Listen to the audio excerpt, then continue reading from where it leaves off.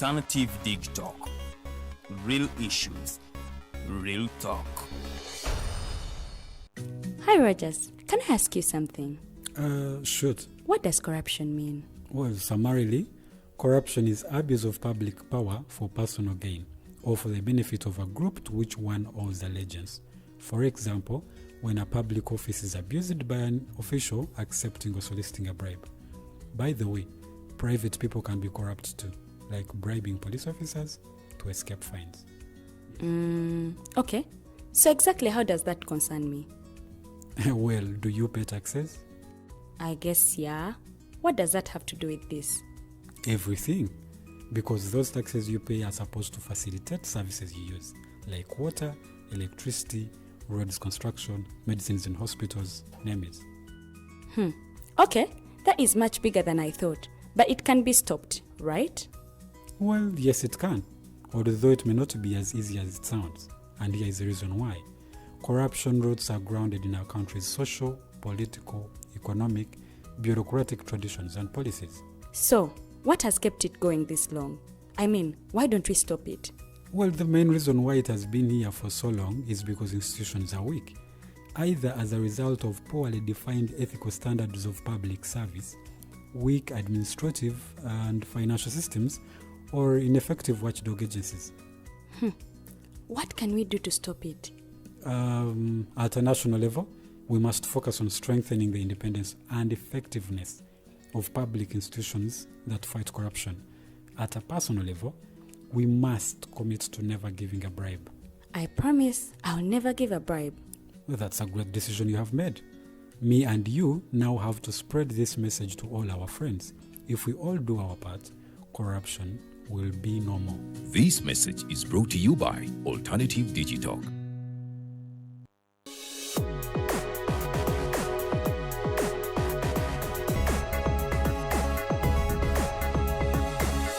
The Alternative Dig Talk.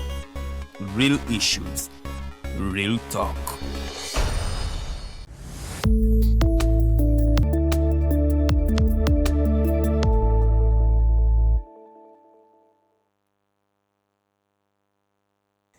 Happy new month. We are into the 6th month of the year. The day is a Monday, the 2nd day of June 2025. I welcome you to this edition of the Hotline Show.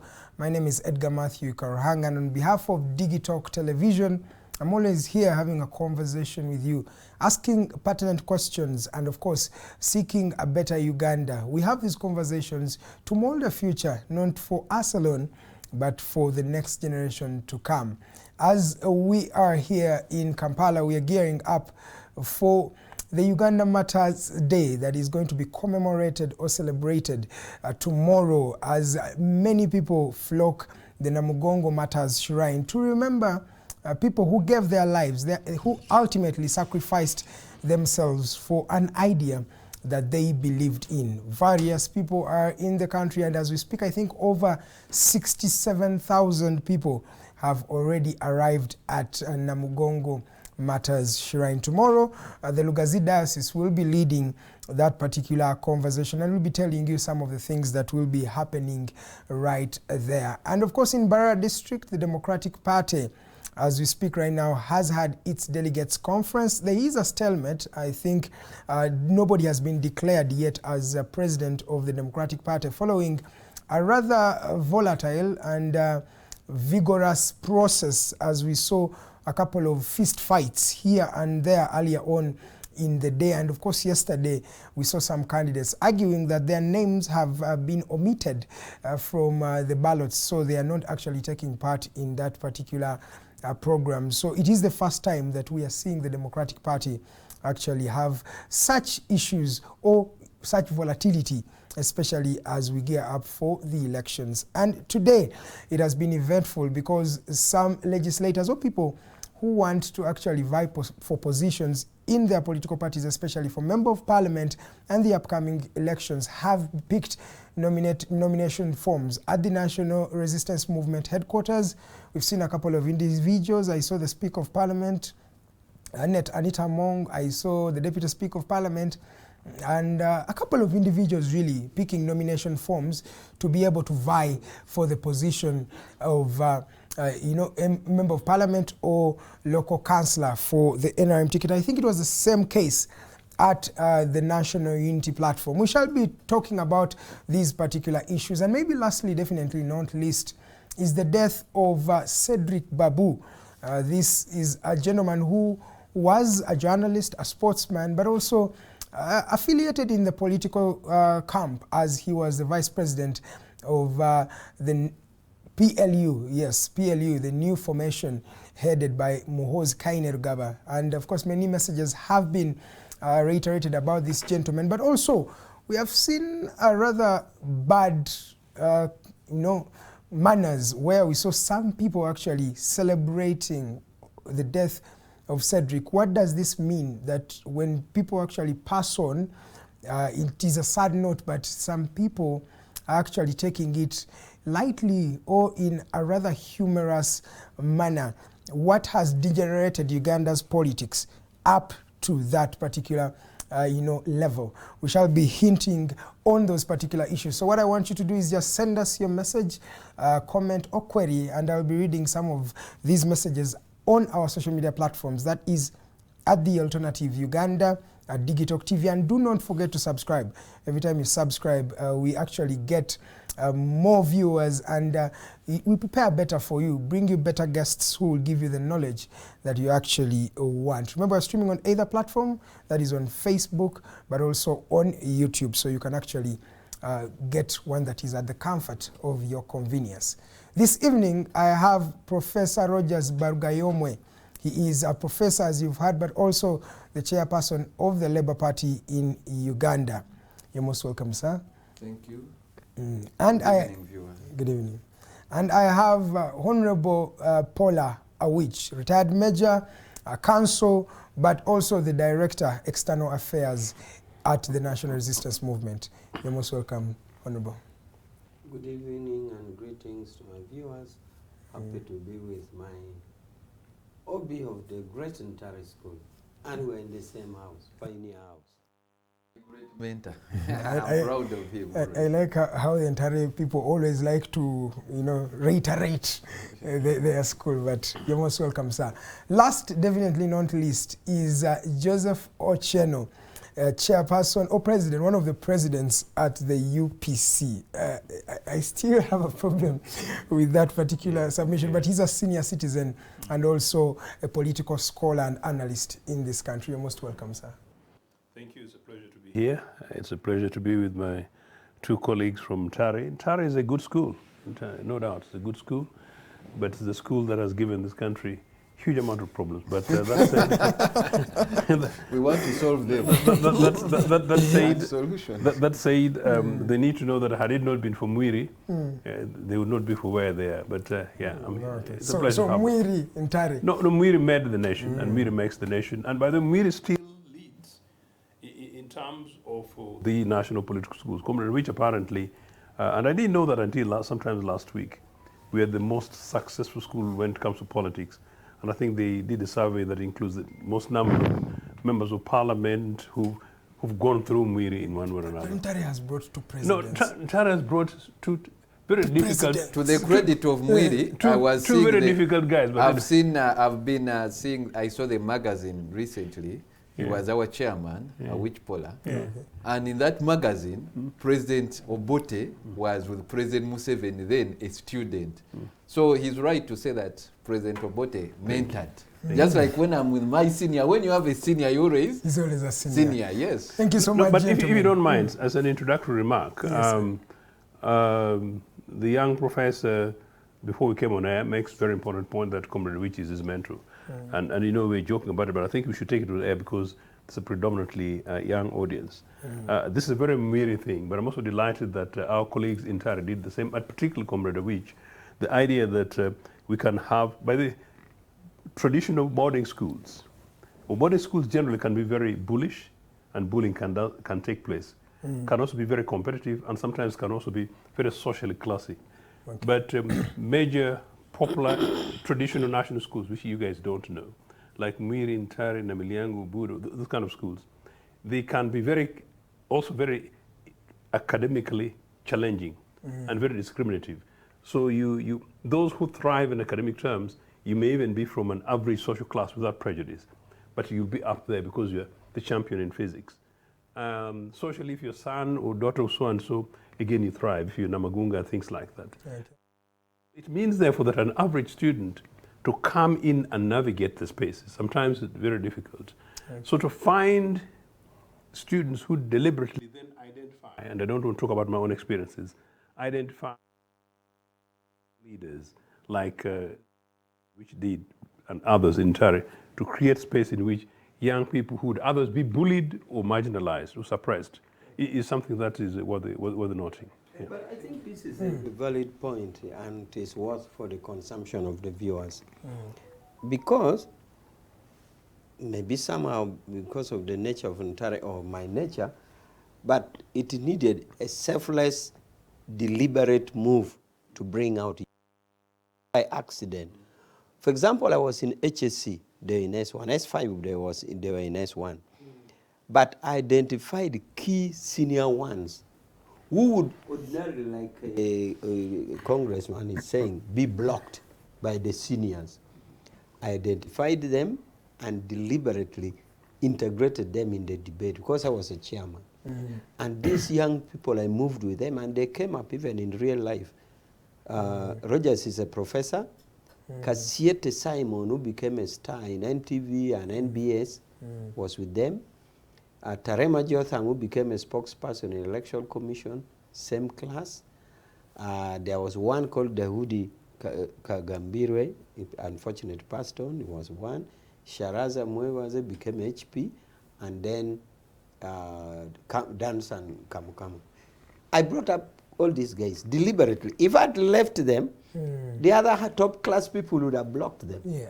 And I deliberately, to the point that they were the star. Within 1 or 2 years, they were the star debaters, and they had to let them go. They had to let them now completely shine. I'm so proud of that. And it had to be a selfless decision to take it deliberately, not by accident. Exactly, the power of mentorship, really. Thank you so much, gentlemen. I'm going to start with you, Professor. How are you and how's your week? How was your last week and how's your new week? The week it started well, Monday, with my senior mentor. I know he's a very busy man to get him. But I reflect on that and I say, if this nation, the forefathers, because in the same school he's talking about is where Yoweri Museveni Kaguta was, yes, and a classmate of my own father. And these two have disappointed. And I will tell you, on the national level, President Museveni hasn't prepared us or transition. Then my own father, my biological father, at his age, both of them are above 80. He has not written a will. Up to now, we don't know what will happen after.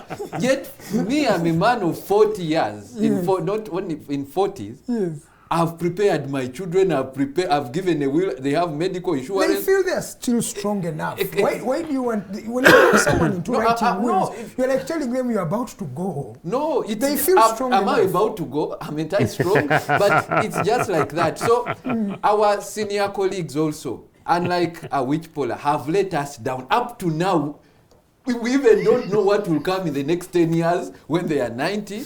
It's a disappointment. Our senior OBs, together with one across the other country, Honorable His Excellency Kagame, they should mentor. That is not entire spirit. Entire spirit, these people. And you know, President Museveni has mentored many young people. You see, cabinet, big part of it from the same school. But right now, he's unfortunate if Mr. Awich started fearing me. Yet, whatever I get successfully, is his fruit. I get you. And I'm honored. That's why I'm saying I'm honored. Is that to be what with is him. there? Are they fearing you, or is there a kind of a fear between the old and the young?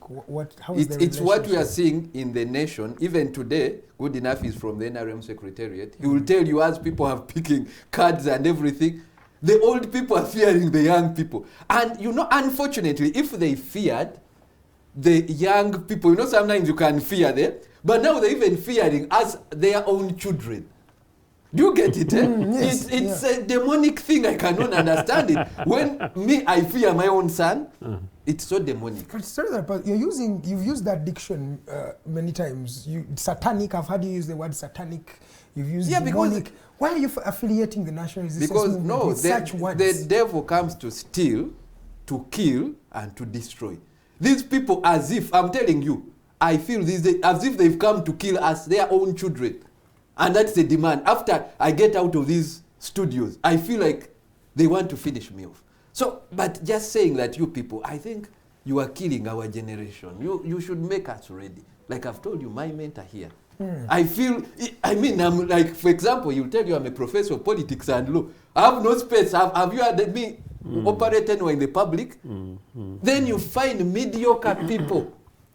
Yeah? Because they are putting on a yellow t-shirt and a yellow pant, they are, is it director, a professor? And I'm like, do these mentors of mine fear me? Can't I want to contribute to my nation. A professor, what will I do with my professorship? Okay. In fact, I think your week was rather a bit strained. But how did you also comment on tomorrow is Martyrs' Day? Yes. And we are remembering people who gave their ultimate sacrifice, which is their life, for something they believed in. As you tell us your message for this, how can this even be emulated in the first place? Can we see Martyrs in 2025? I am talking to the preachers of tomorrow, and we are most disappointed by you religious people who are going to lead those religious prayers in Namugongo. These martyrs died for the nation. They were Christian martyrs. They can be political martyrs. They died, and real dying, giving away their lives because of a good thing, which we are all enjoying. But these religious people now don't want even to tell the basics. They will have all these honorable members who are holding the nation by hostage. But they will not say anything relevant to what is happening in the country. They will not tell the leaders that you guys were going into possible genocide. They are not going to tell them. Because the one I talked about, satanic money, has also reached the churches.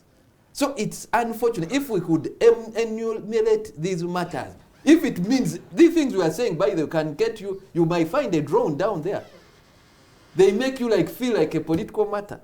But now the religious leader, if all Ugandans would reflect on those matters, and then we sacrifice for the future generation. Even if we are gone, but the future generation has to enjoy the fruit. So that is my message for Martyrs' Day. Okay, thank you. Honorable Pollar Awich, as you give us your opening remarks, please also reiterate on Martyrs' Day tomorrow. What do you think about this particular day and your message? Okay. Now, first of all, your general question always to all of us is about the week. And I guess that you are referring to the past week. You want us to summarize? To you, how was it? And Yes. as you enter this new week? Now, my last week was good. I had the opportunity to fly to Tanzania to be with the CCM, Chama cha Mapinduzi. CCM, Chama cha Mapinduzi is a Swahili coinage meaning the Revolutionary Party. Kupindua is the revolution, kupindua. So I was with CCM in their national conference, and it was very good. You could see really sense of organization of a party. A very strong party. You know, they have one of the oldest parties around, maybe in Africa. NRM is trying, but you know, for them, they have survived the leadership, one after the other. So we give thanks to them, and we promise to emulate. And like, for example, of course, our brothers in Kenya, UDA now in power, which we have strong allies with. The Kenyans have been in the process of constructing a vehicle every campaign to reach State House. After State House, you abandon it. The next election, you construct another one.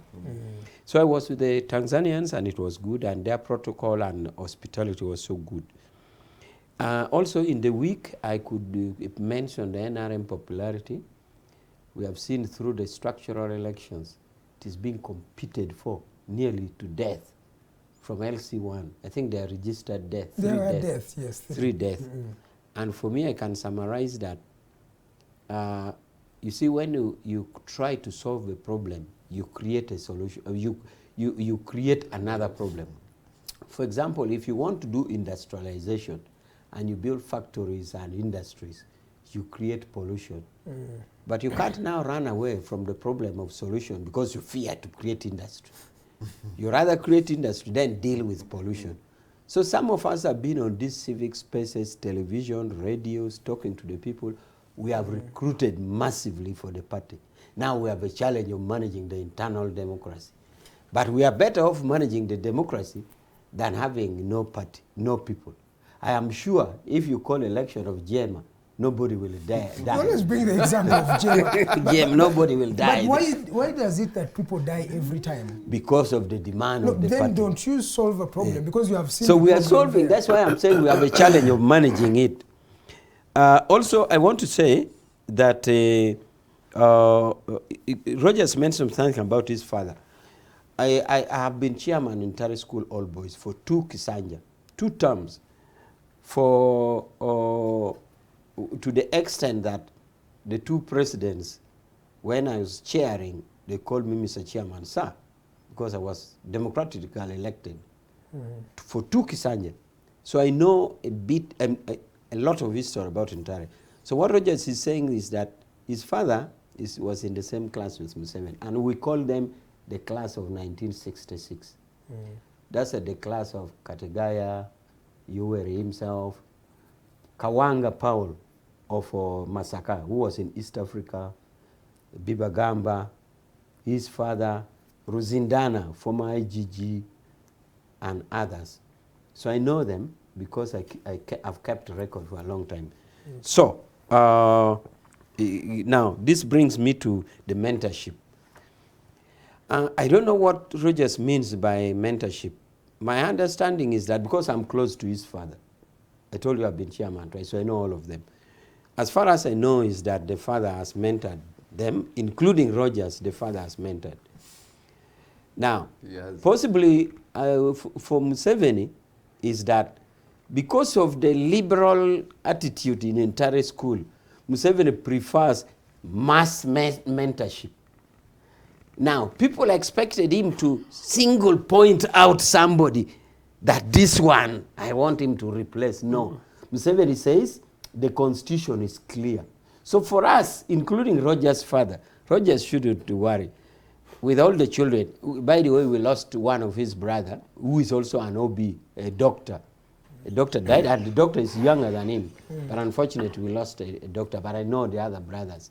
So, rather than Rogers be worried that the father is not mentoring them, but he says he's mentoring the all. old are fighting the young. No, first I want to deal with mentorship. No, maybe, yes, you have, I will answer clarified that one. that. I will answer why that. is it that it feels it's competitive between the young and the old? I'm going to answer, no worry. Now, I want to say that the preference is mass mentorship, because NRM believes in mass line.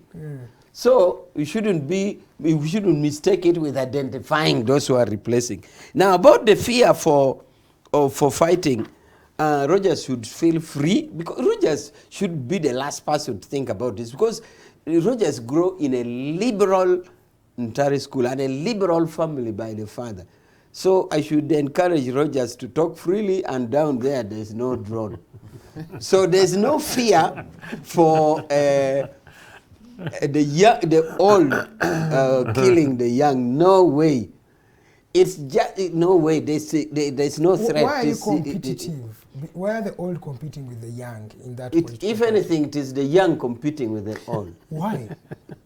Because they are eager and ambitious to acquire positions. Then what's wrong with the old people? The old people are still in charge. So I want to combine these two, that there shouldn't be any fear, but also that mentorship is ongoing, but on a mass line. Okay. Then, as you conclude, sir. As I conclude about Mother's Day tomorrow, is that in the Christian faith, Uganda has had that misfortune which turned into a good fortune. Possibly Uganda is among the few countries in Africa or in the world with the biggest number of saints. And normally the saint that you have, I went to Kenya the other day, and there are churches in Kenya with Uganda saint names, Luganda names with a saint there. So I wouldn't be surprised even in Europe to find Saint Baluka name, because they are saint in their own right at a global level. Therefore, it gives us the faith and the spirit and the conviction, and it calls on all of us to stand in the strong faith and the spirit of Christianity. Okay, thank you so much. Mr. Ochieno, as you give us your opening remarks, how was your week, but also what do you think about the Martyrs' Day celebrations that are being commemorated tomorrow? Yeah, my week was generally okay, not with major personal incidents. Obviously, I do exercise, and so my exercise is rarely the gym. I've never liked the gym, so I walk and do others. But then 3 times I'm trying to walk around, I all of a sudden realize that my entire neighborhood is surrounded by excess dust. So I didn't know that I was so oversensitive about this. For a long time, actually, I didn't know it was part of the problem, unless I asked myself. So that tells you how messy Kampala is. I told you program, Kampala is the most polluted city. So before Tare school guys get overexcited that they've created miracles here. But that's neither here nor there. So because it's part of the link to health, Francis Babu and Margaret, people whom I both know, both people whom I know, because I lost my contacts in a telephone crash, I don't have the number, so I've not yet been able to call them, but I'll talk to them. But I offer formally my condolences, considering the fact that they've lost a very young citizen. As Rogers is saying, it's not a good thing that parents should bury children. We expect our children to bury us. But much more important is the fact that there's a young guy at 46.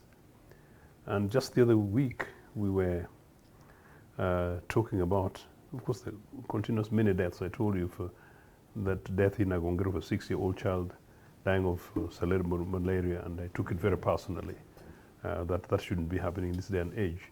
And then later, we found Sudhir's son dying unnecessarily on a road structure, which clearly a death that could have been avoided.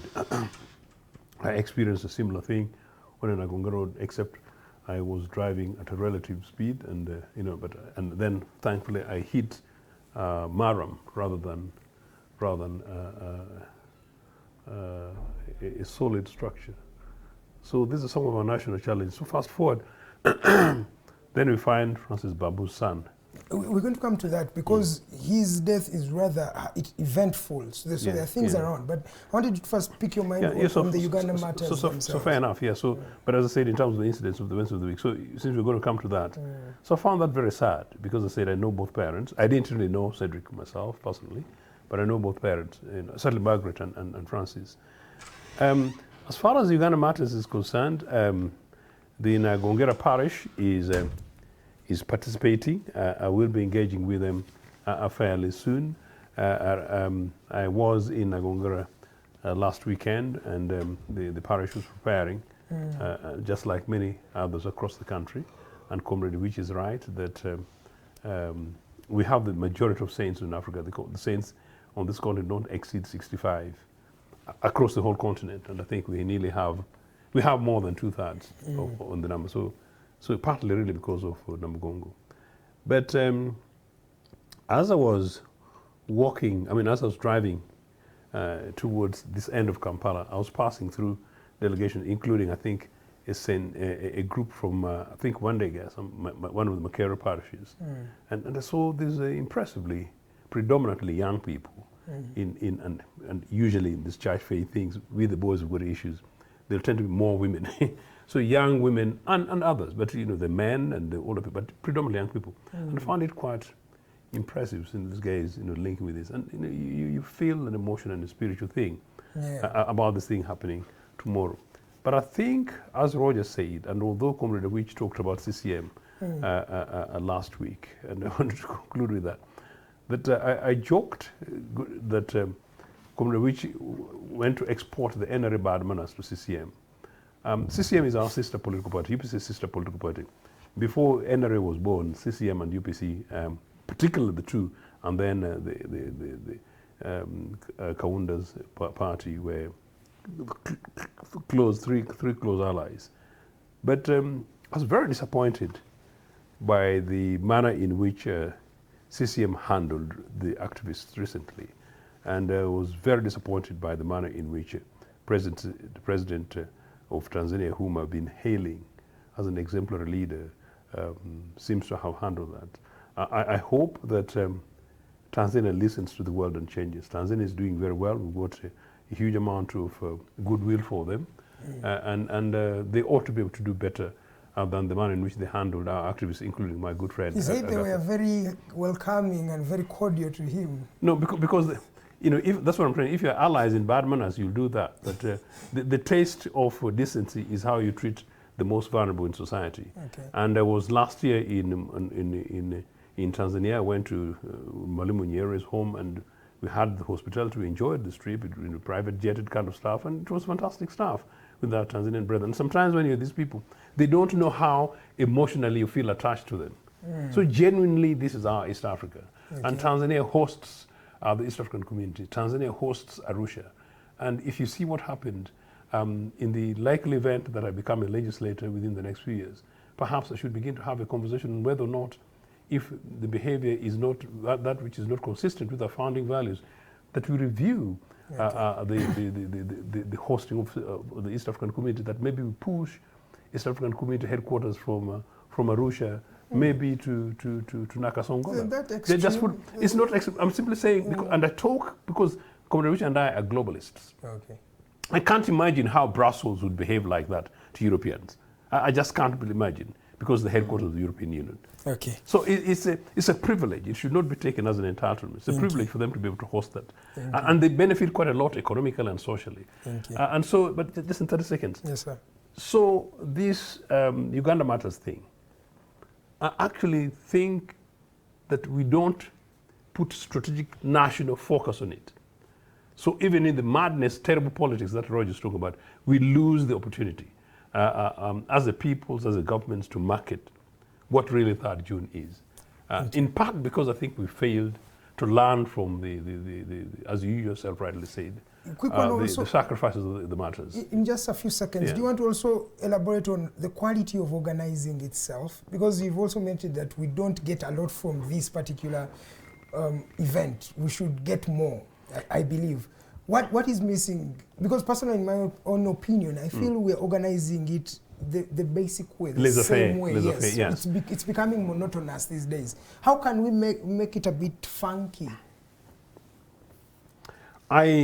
I read somewhere that a particular delegation from Bali, and I don't want to give them big advice because there's a political element to it, donated, quote, drones, a number of vehicles for their delegation to go. And people were finding it rather funky, but I think there's a political self-interest in it. Okay. There is no reason why some of these things are not impressed by the Uganda Tourist Board and link it up with the Kampala City authorities, and then broadly make it a regional conscious kind of stuff, and then make it African and global. Okay. There is no reason why you can put an element of commercial interest, but it's not like these big prayers of on the day and people walking down the streets. Okay. You know, part of the other PR thing to it is, for example, just the group that I met from Makere.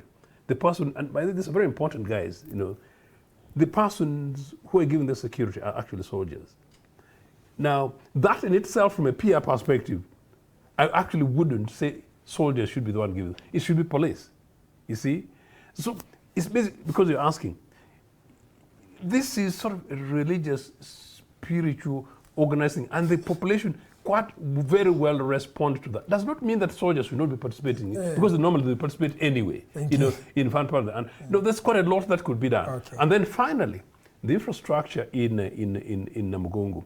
Many of the residents of Countrywide, Chira, part of Nalia, people talk almost in a, oh, here comes June again.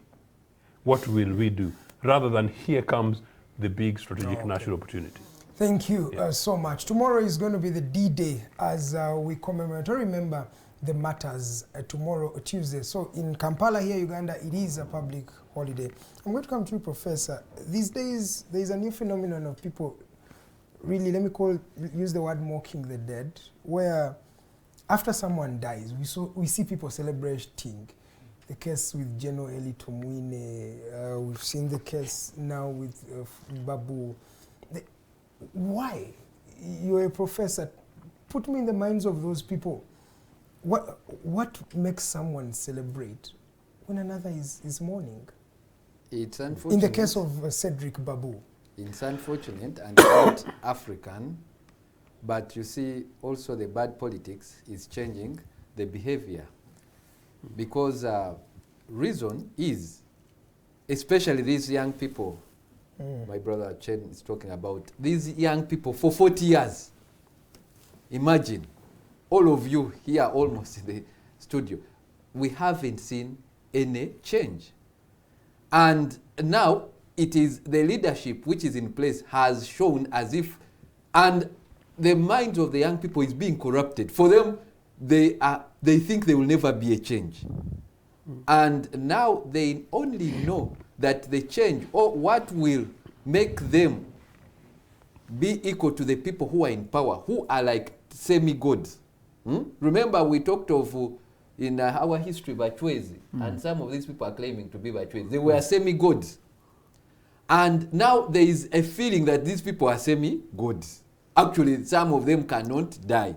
So now the public is anxious that now, when the acts of God neutralizes and maybe they die, they're like, hey, after all, they are like us.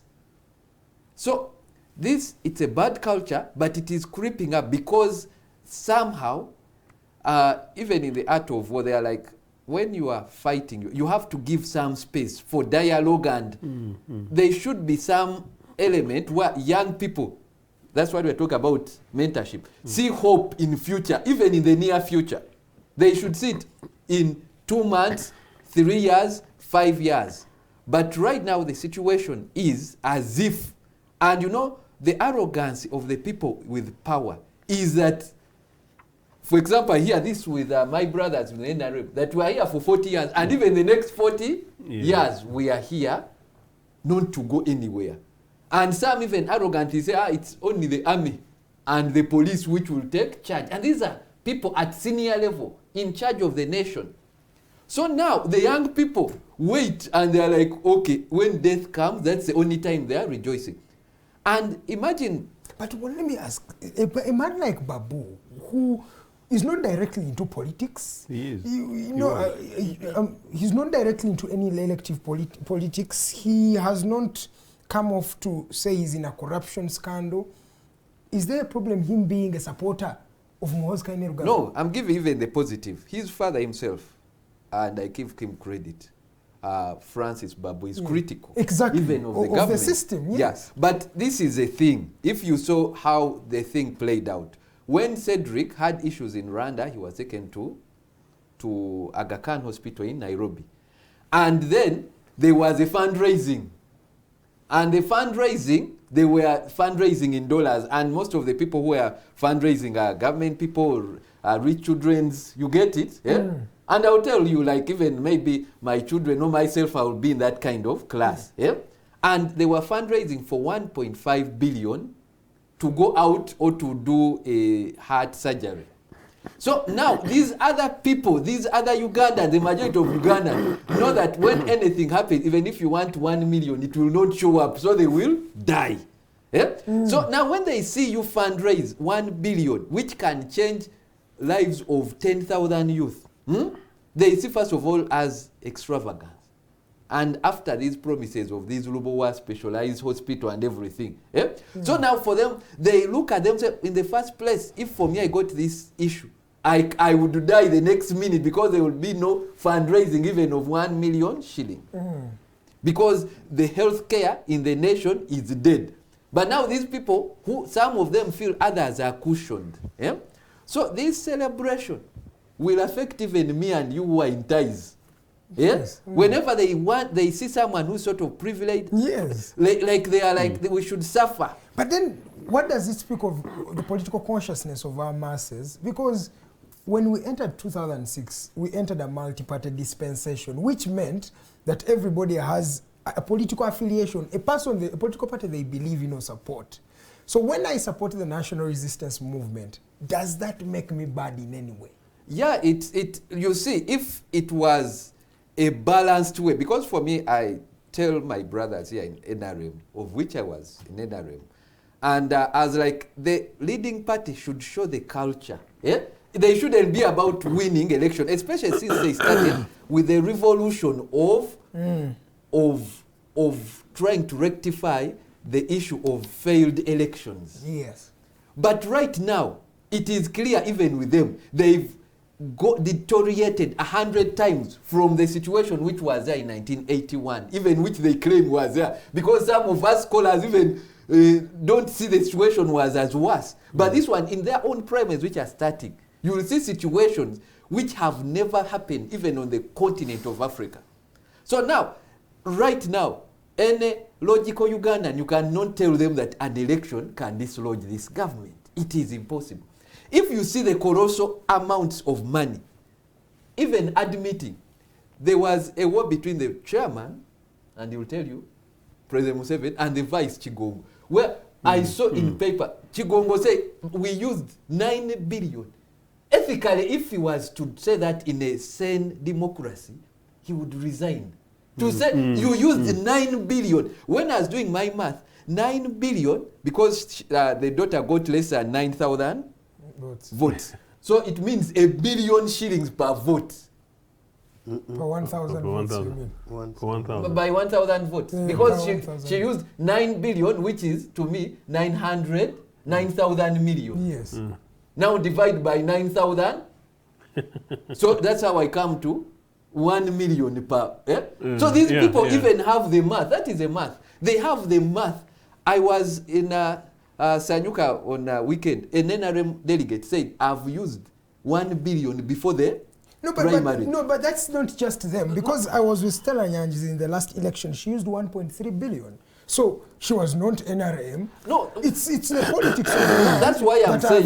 That's what I'm saying. The politics. But who is introducing it? The culture is coming from NRM.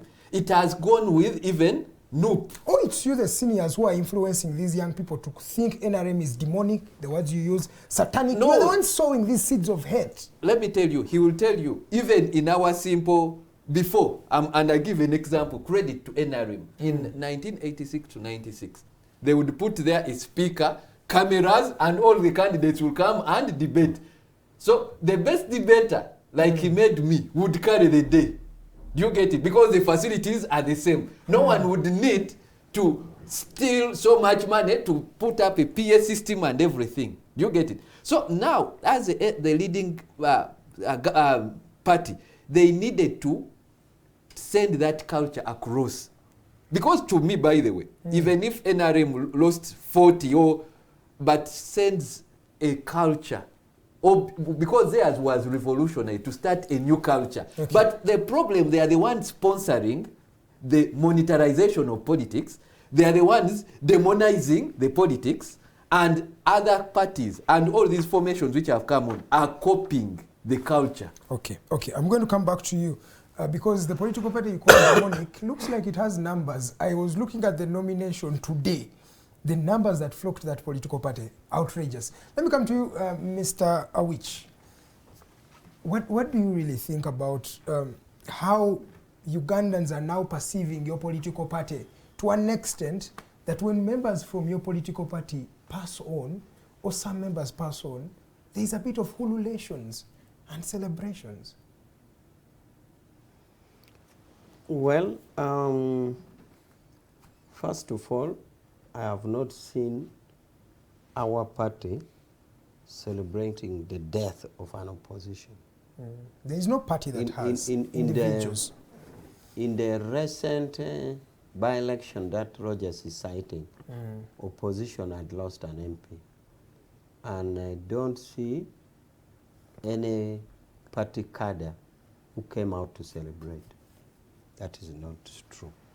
Now, this phenomenon of celebrating death is quite strange and painful to me.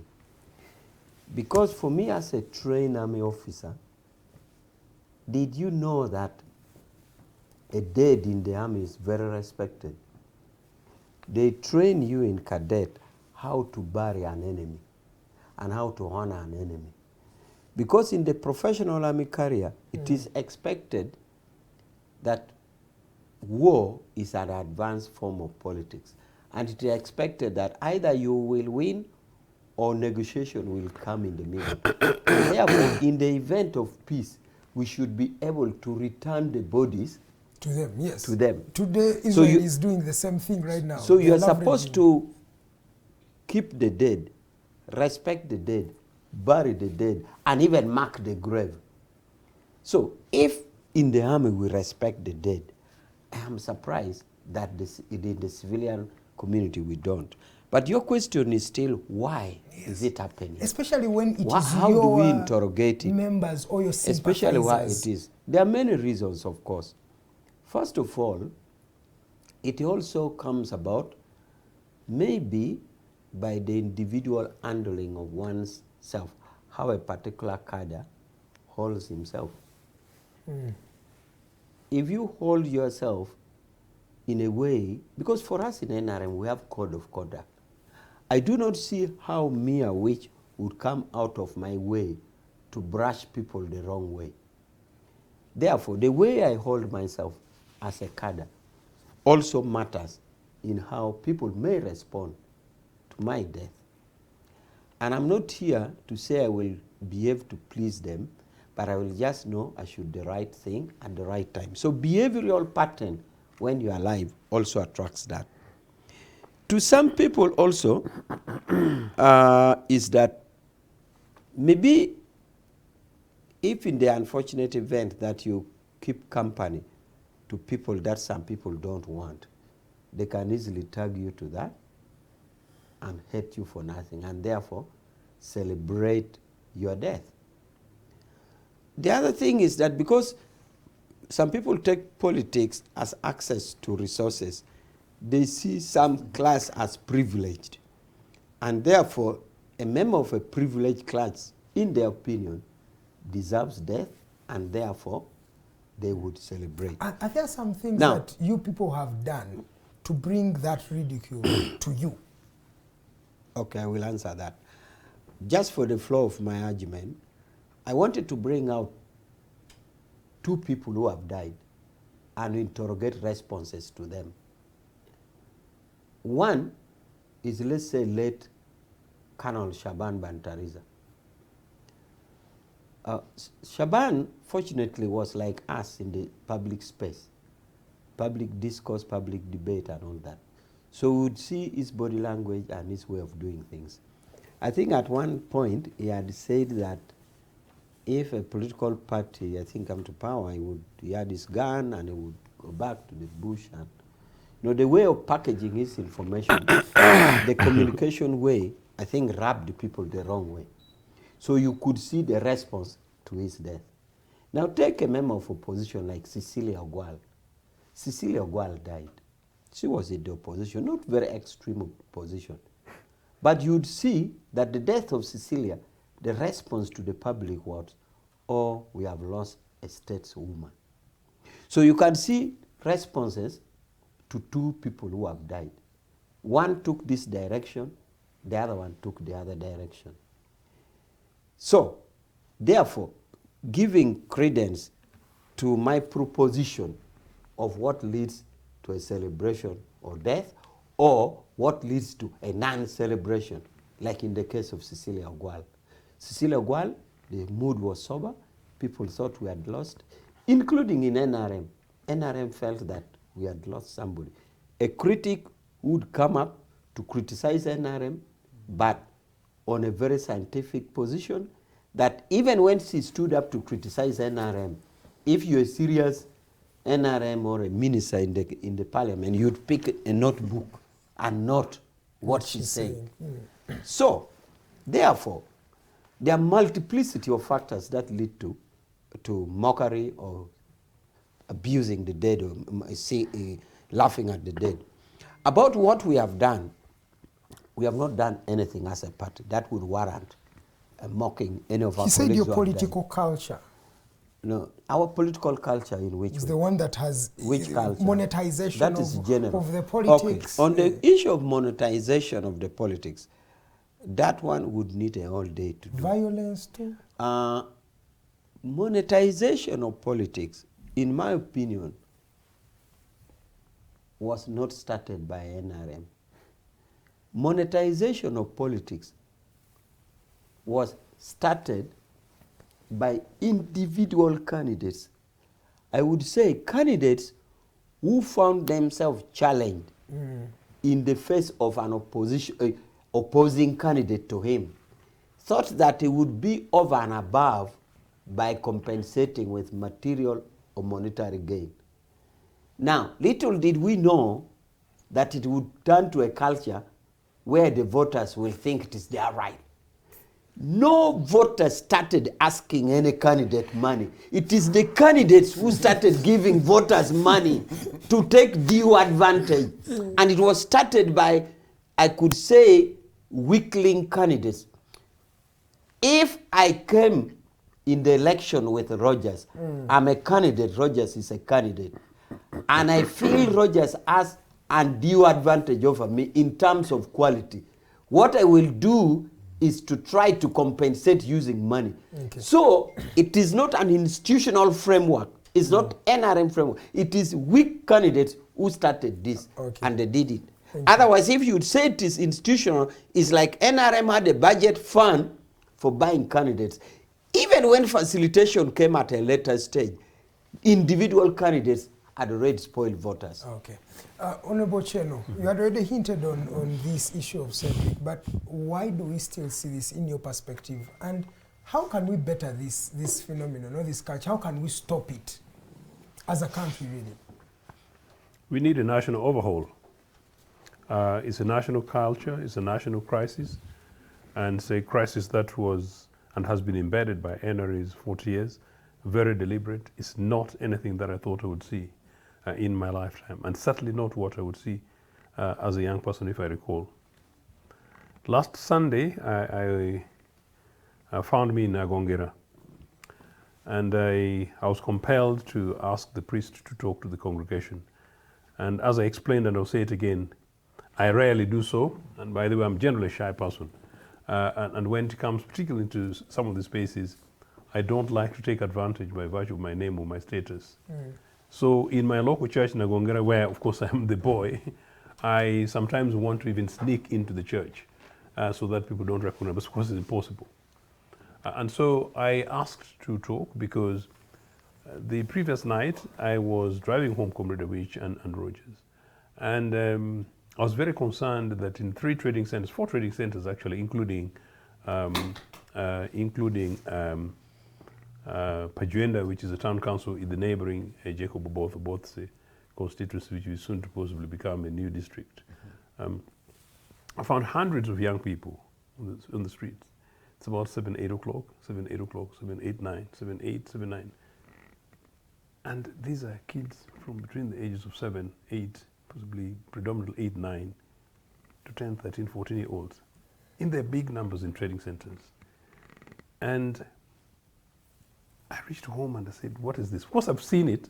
And I wrote in my Sunday column, when I returned to Uganda, my first Christmas, Comrade Awich from the NRA-induced exile, one of my big things was that on a Christmas day, I went to buy sodas in Agongera town. And I found these multitudes of young people walking around. And I'm saying this is Christmas Day. It's a cultural thing. Christmas Day. Christmas is a day when you expect everybody else to be around the family. And it's not what I saw. Now, even those days, the then Sundays of our times as high school students, you would go down the trading center, the shops, but you would not go to do the kind of thing that I saw was happening. So I made this a national conversation.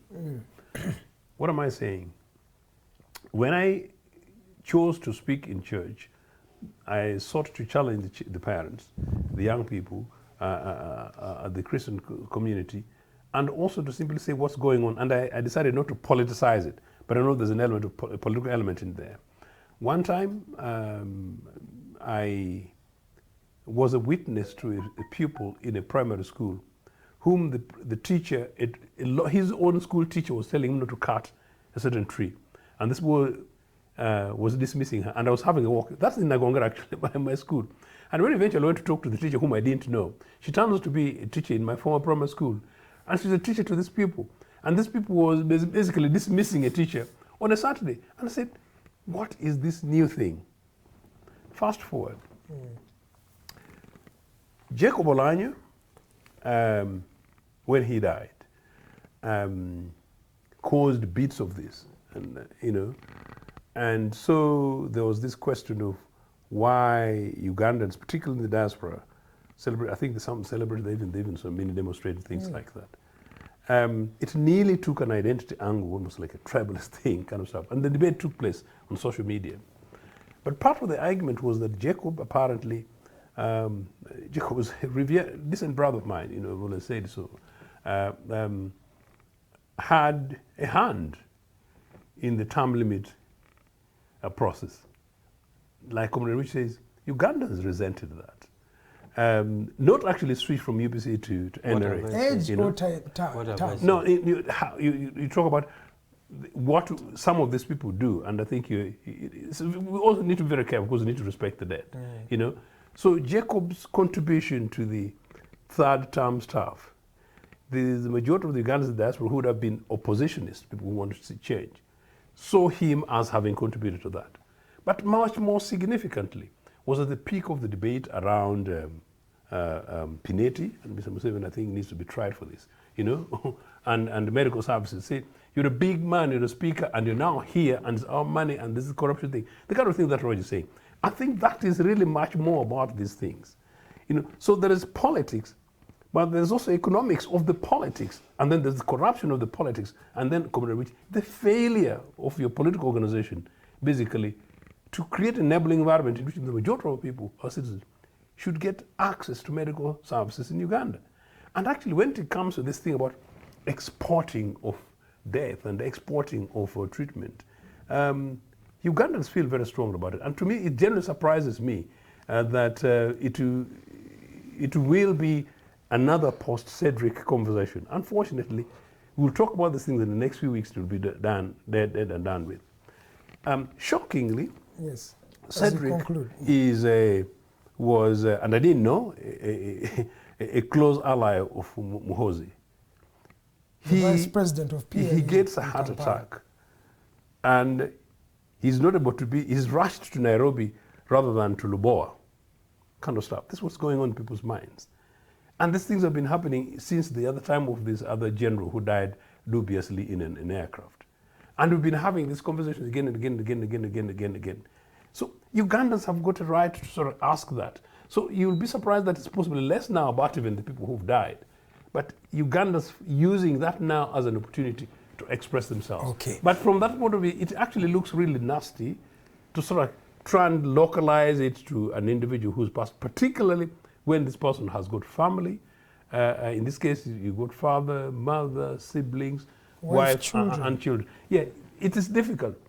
But it's a balance that Ugandans must realize, that the bottom line that is actually the terrible politics and the failure of politics and the manner in which health service in this country has been excessively privatized and monetized. Thank you. Yeah. Joseph Ochieno, Mr. Pollar Awich, and of course, Mr. Rogers Barugayomwe. Let's take a short commercial break. When we come back, we continue the conversation of the politics in the country. I told you earlier on that different political parties are gearing up for the electoral season. Today, the NRM and the NUP have, members have picked their nomination forms from those particular political parties. The Democratic Party also has a bit of news going on there. We look at the politics when we come for the second hour. My name is Edgar Matthew Karuhanga.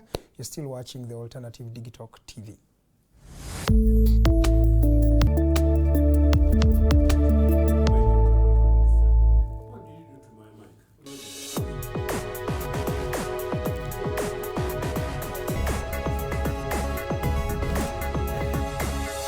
The Alternative Dig Talk.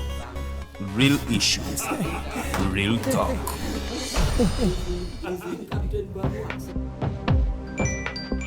Go to the church, though. Tawali man, what's up? Man, can you imagine people just dump everywhere? Someone drinks water and throws the bottle wherever. Come on, Rogers. What else do you expect people to do with an empty bottle? Simanya now, recorder. Did you know that plastics take at least 450 years to decompose? What? That's a long time. Exactly. Because plastics are made out of a lightweight and flexible material that doesn't decompose easily. And plastics everywhere in the environment cause plastic pollution. What is plastic pollution now? It is the accumulation of plastic waste in the environment, like bottles, polythene bags, straws. All of these contribute to plastic pollution. I have been using them without knowing their effect. Yeah, a lot of people have. Plastics are a danger to the ecosystem, both on land and in water. So how can we overcome this problem? Is there something we can do? Oh yes, we can reduce by minimizing the use of plastics, reuse by repurposing them, or recycle by collecting and processing them into new products. Everyone wants to change the world, but no one wants to change themselves for the world. How about we change our habits for the world? And it starts with me and you. This message is brought to you by Alternative Digitalk.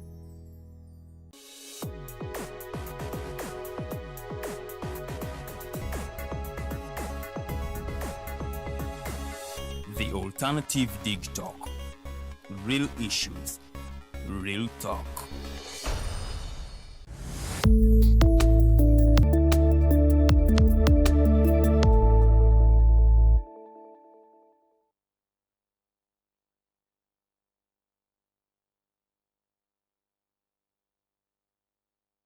Welcome back from that short commercial break. You're still watching the Alternative Digitalk TV, and my name is Edgar Matthew Karohanga. We are streaming live on Facebook and YouTube. That is at the Alternative Uganda, but also at Digitalk TV. I told you that earlier on today, members of the National Resistance Movement have picked nomination forms, and among those was the Speaker of Parliament, Anita Among, who is going to be vying for Woman Member of Parliament, Bukedia District. I also saw Thomas Tahebwa, the Deputy Speaker, and different individuals. I think I saw Patrick Wakida somewhere. He's going to be vying for a position in Chibuku. Many individuals are actually picking up nomination forms. It was rather lively and eventful at Chadondo, where the National Resistance Movement headquarters are. But also at the National Unity Platform, we saw a couple of members picking nomination forms, and the Democratic Party as well has had its delegates conference. When you look at the Democratic Front, it's also gearing up for the elections. We had PFF as well. It looks like everybody's gearing up for the general election. My question is, how prepared are these political parties? But also, what does this mean, especially for the people who have been saying that the election is actually not that impactful? So what does this really mean for the politics of the country? I'm going to start with Honorable Awich, being a member of the National Resistance Movement and a senior leader there. How was the entire experience today, especially when picking nomination forms? The experience was good, very interesting, very encouraging. I sit on plot 10 of the same Chadondo Road. I sit with the Secretary General. Now, the picking of the form was in plot 13, the opposite side. That is where Dr. Tanga Odoi sits. But being a day that was unique, I took time to walk.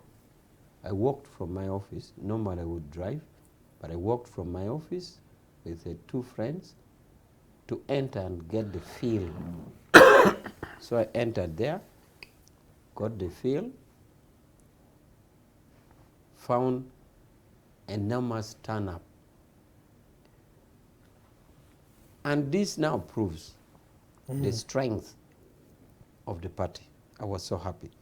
Because the only thing that worried me was that as you try to remedy a situation, you create a problem.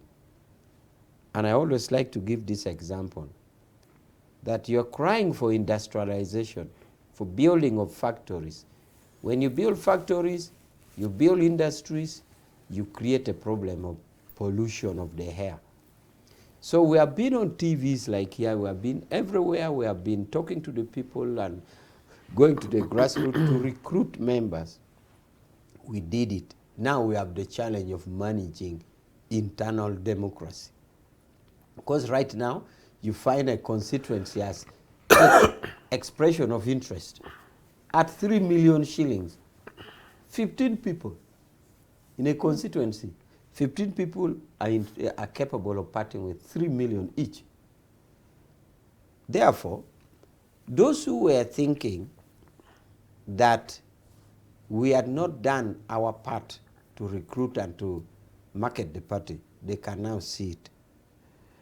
And this is why I've always asked when they make accusation of vote rigging on our side.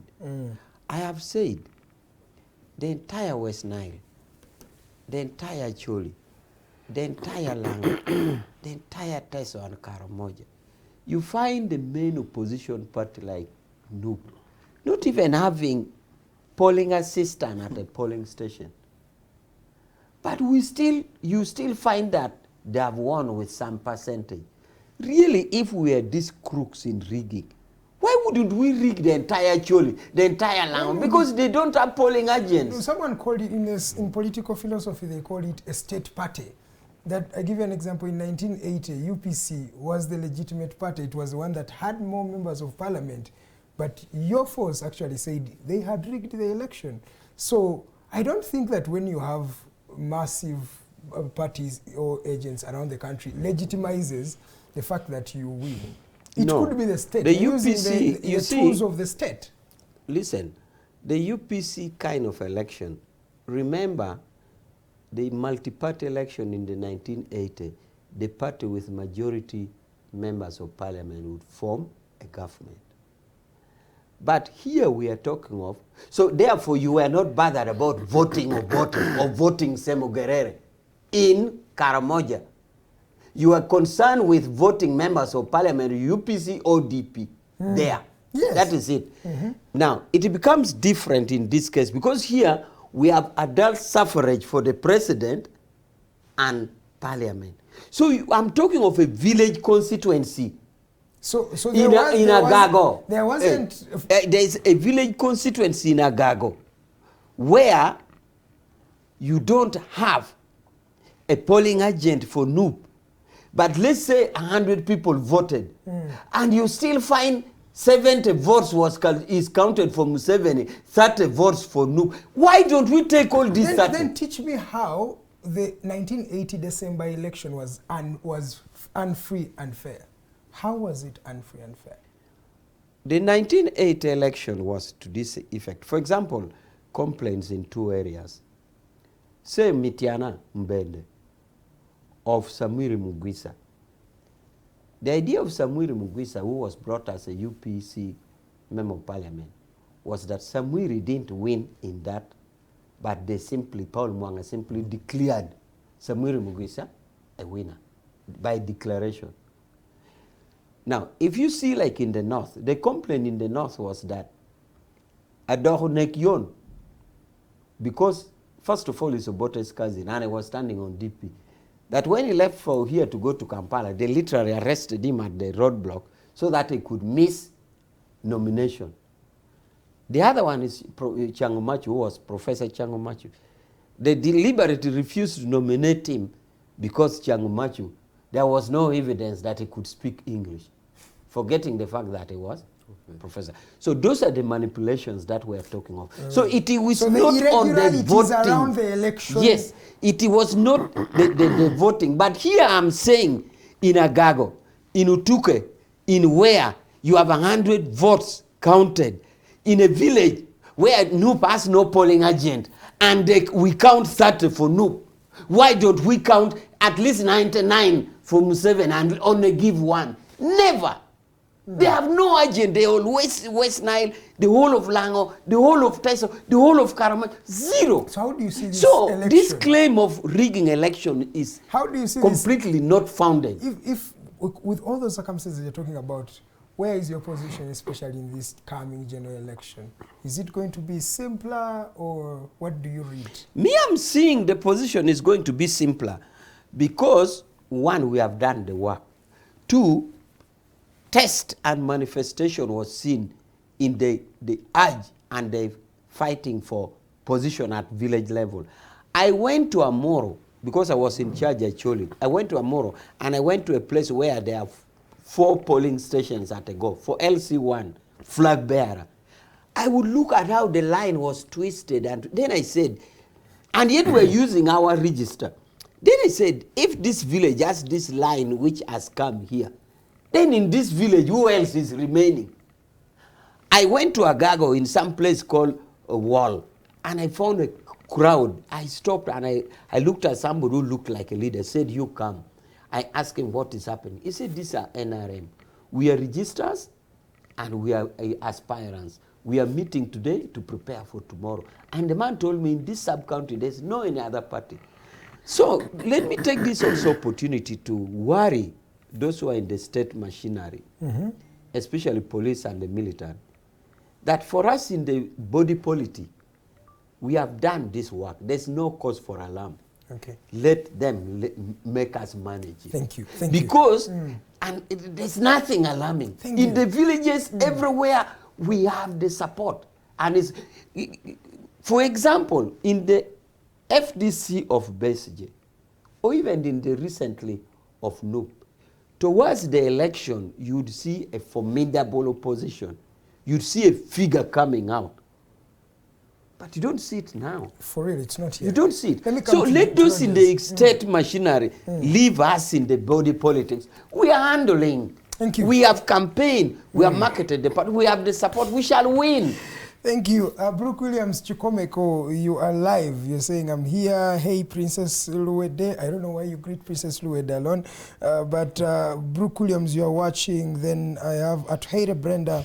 You're also watching Henry Mangeni, Mwesiga Joram from Kienjojo.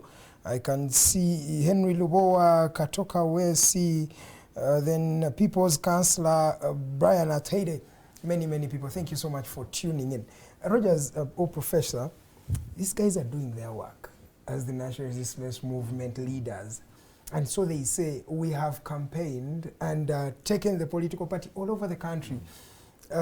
Which is a fact, because it looks like they have an individual or a group of individuals on every village, not even a parish, but every village.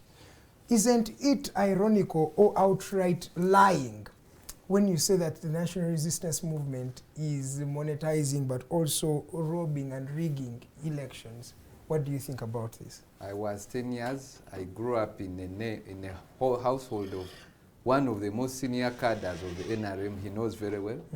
Actually, at one time, my father was known to be one of the strategists rigging for the NRM friends of his. And so I know all these because I could tell you of stories maybe where I slept and my pillow was ballot boxes. So no one can challenge me on this.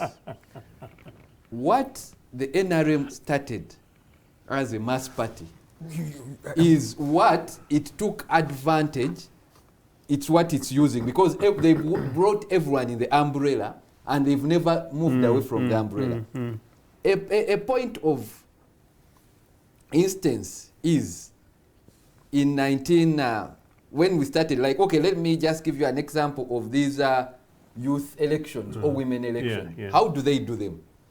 They would get the delegates, get them, and my friend here will tell you, they get them, with all the delegates, whether you are Noop or what, they buy you and take you in a hotel for about 3 days until the voting day.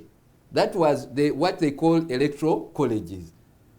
The person would monetize, the candidate would buy, like, if I've given you my 2 million, off to whichever hotel, and they would hijack voters. That's how the electoral college works. That's how the electoral college works for women, for youth. That's why you see in electoral college you cannot beat NRM. Yes, very difficult. Even in Central, even Kampala, they will win electoral college because that one is clearly monetized. The delegates, the youth, especially, you know them. If you tell a youth 5 million, He will not he will die for Bobby Wine even if he's no. But now, what I tell people, now they've come out with all their shame away from electoral college. They've electoral collegialized everything that with their PDM, with their opportunities they give, they've made all of us Ugandans into that kind of cocoon of electoral college. That you, professor, if you ever want to be a vice chancellor of any institution, I've told you I'm a professor, why haven't I? You think I cannot qualify for some of these posts when my father is a cadre? No, but professor... I'm telling you, what they say is, if you ever dream of any opportunity for the next 20 years, I'm telling my senior here, don't ever say anything against government. If you ever think of PDM in the villages, I'll tell you the village chairman of my village, Kahihi, is my cousin, and he doesn't believe in NRM, but now he's the chairman of NRM. Because then he believes I'm telling you, to be a member of a party is an ideology, what you believe in, not what you are fixed in. My senior colleague told you that the FDC's reform agenda then, they put up some resistance. And that time Ugandans believed that they could be a genuine change. Yeah? Then what happened after? Demonizing them, imprisoning them, taking away opportunities. Yeah? My father was the first to be associated with Kizza Besigye. He knows very well. We went without fees for some. It's just an act of God that we survived. Just that you have a mentality thinking different from them is a sin. Now, they impoverished all these cadres. They became broke. Loan sharkers came for them. And it has been a story for 20 years that now everyone has given up. Do you get it? Look at Norbert Mao. He's the one we, in our youthful days, looked at as a person who will deliver us, savior. He is neutral. But he has disorganized his own party by what I call that. But Professor, I want you to first listen to what he says, that you go to different constituencies, different villages, where these people don't have agents. I'm going to add something, that in every parliament, NRM brings members of parliament unopposed. More than 15 members of parliament unopposed. That means in that constituency, nobody even felt the urge to just say, let me carry a political party and say, there is another idea here. No, so, I will tell you, how do you win such a man? No, honestly. I'm a chairman of the most popular party, Labour Party. Let me tell you, just even here, many of you want salary, equal salary, minimum pay and everything. Do you get it? I don't have the funds to go to Nagongera. Yeah? To even, and not only the funds, the time we went starting to write these things of like become Labour Party, they said we are rebels. You get it? These people have demonized politics. Yeah? If you are not NRM, you are enemy, you are satanic. So the truth is, one, the other parties don't have the resources. Even this NUP you see has no resource to put any structure anywhere. UPC, in UPC's time, they were more tolerant. Do you know, in that UPC time, President Museveni was campaigning that he's going to the bush. Do you know that? In the time, the 1980 election, while informing them. He was informing them on the pulpit. If I said it now, or even just to show that it is a constitutional right, I wouldn't. So this, by the UPC, was tolerant. These ones, they've demonized, like, first of all, the money, they've made it hard for, and it's the money with the state. And the state, there is no difference between a state. Because I will tell you, my own father, who was already a UPM and from NASA, he had his job in government. Some of these NRM people stayed in government until 86. He's one of them. That is true, yeah. They were not persecuted as such. Actually, it is, I think that's what... I think, please repeat that. That's a very important point, yes. My father, Senior Richard Barigayomwe, was a civil servant throughout. He would give his aid, but in government. Up to 86, he was a civil servant, not persecuted for anything. Not for his reasoning even. So to me, I see UPC, to me, was more decent than these what I would call my own father party, which cannot give me an opportunity even as a professor. The president has laughed at you, professors. No, they are demonic because he laughs at you. one, they don't want any other The thinking. intellectuals, It he is just laughs at until you think like them, they are not tolerant. UPC left the DP to operate here. And yes, it started that dirty politics of maybe crossing over because some DP, Bateringa has crossed over and everything. And I think that's how Museveni was reading the script. And he has overdone it to higher levels than the UPC did it. Gerrymandering, dividing constituencies. They used it that systematic. But these ones have taken it to a level. Because if you see the level of rigging, the level of monetarization of politics. Let me tell you, in this Uganda, no constituency you can take without $1 billion shilling. You can't. And those MPs are there, they will tell you, Honorable here will tell you, he's at the secretariat. You cannot go to voters and say ideas. They don't want even to listen to ideas. But who is selling this culture? Is it the minority NUPU about 30? Is it FDC 2010? Who is selling this idea and who is encouraging it? Election by election, the numbers are increasing. Now you want to tell me that Anita Among is more NRM than me? These are fake people, comedians who have come to take advantage of the situation. Many people have come, most of these politicians, to rob the country, and they just use the NRM figure to take advantage it looks like of it's the economy. Growing stronger. It's stronger by the day, the NRM. If you only looked at the nomination day itself, if you looked at the structure of elections, this political party is very strong. Because they've made it without an alternative. But if, let's say, President Museveni was to be taken there by the act of God, there will be no more NRM. So the structure is all built, because you saying it is strong. Can you be strong without a successor? Who they've destroyed their own standby engineer here. They've destroyed all the possible. There is a standby engineer. I think some people had the hope in the standby, and they told you about some of those people with their signpost of they put in expecting some money. Let's go. Brooke Williams, you are starting to speak some secrets here. The problem of this country is NRA occupation. And it's going to take all Ugandans to realize it and wake up to fight and liberate their country. Of course, you know why the NRM gets unopposed MPs. They give their competitors money to withdraw. Secondly, opposition don't get time to mobilize, recruit, or even prepare candidates. Let me come to you, Honorable Joseph Ocheni. What do you think about this particular new phenomenon, especially the national resistance movement, as it's gearing up for the elections? It looks like it has a slight edge, especially when you look at the national outlook of the country.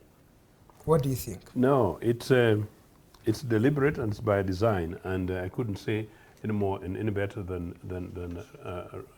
Robert has. Just as a matter of interest, if Brian Atwairi is the young recent student I was talking about, Brian should get in touch with you so that you give me my emergency number. Yes, because among the students that I met and have been encouraging to grow, as Comrade Rich has done excellently at Intari. I lost my contact, so people are wondering what may be happening.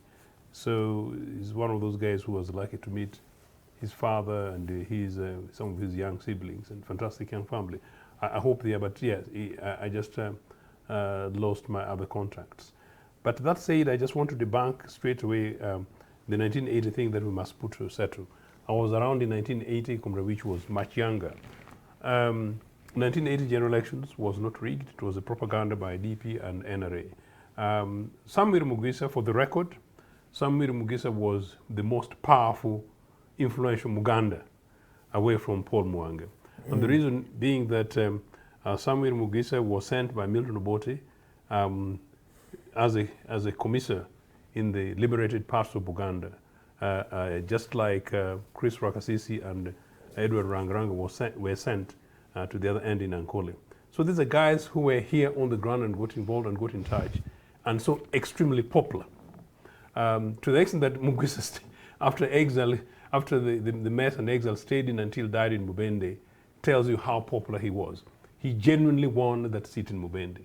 And to tell you, these NRA guys came and screamed everything else. DP and NRA took power and controlled power for 20 years. None of them went to court to challenge Samuel Mugisa's seat. Mugisa is one of the few decent nationalists whom I'll defend until tomorrow. And by the way, I really miss him because he was one of those elder statesmen who would basically guide us.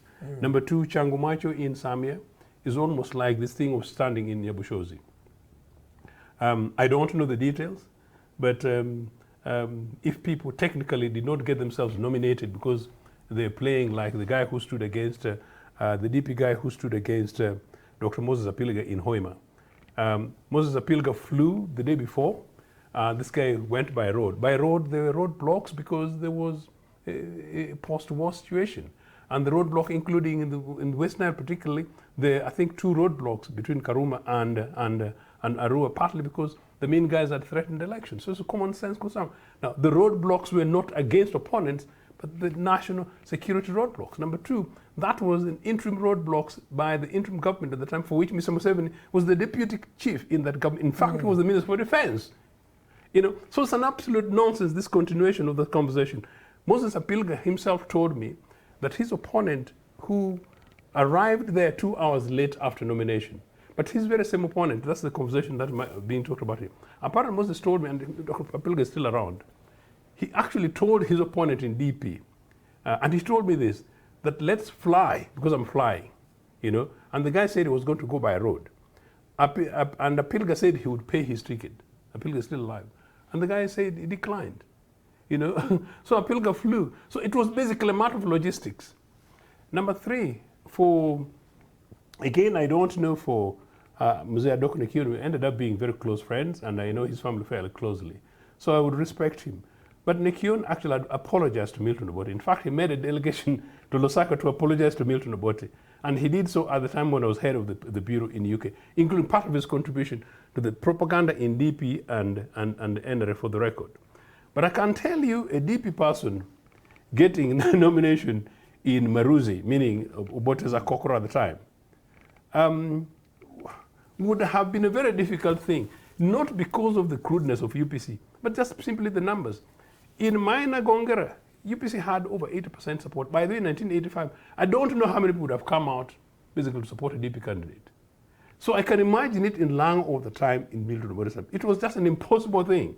So if these people were not popular, and of course the people were preparing to go to the bush, and DP was speaking the language of NRM, that's the thing.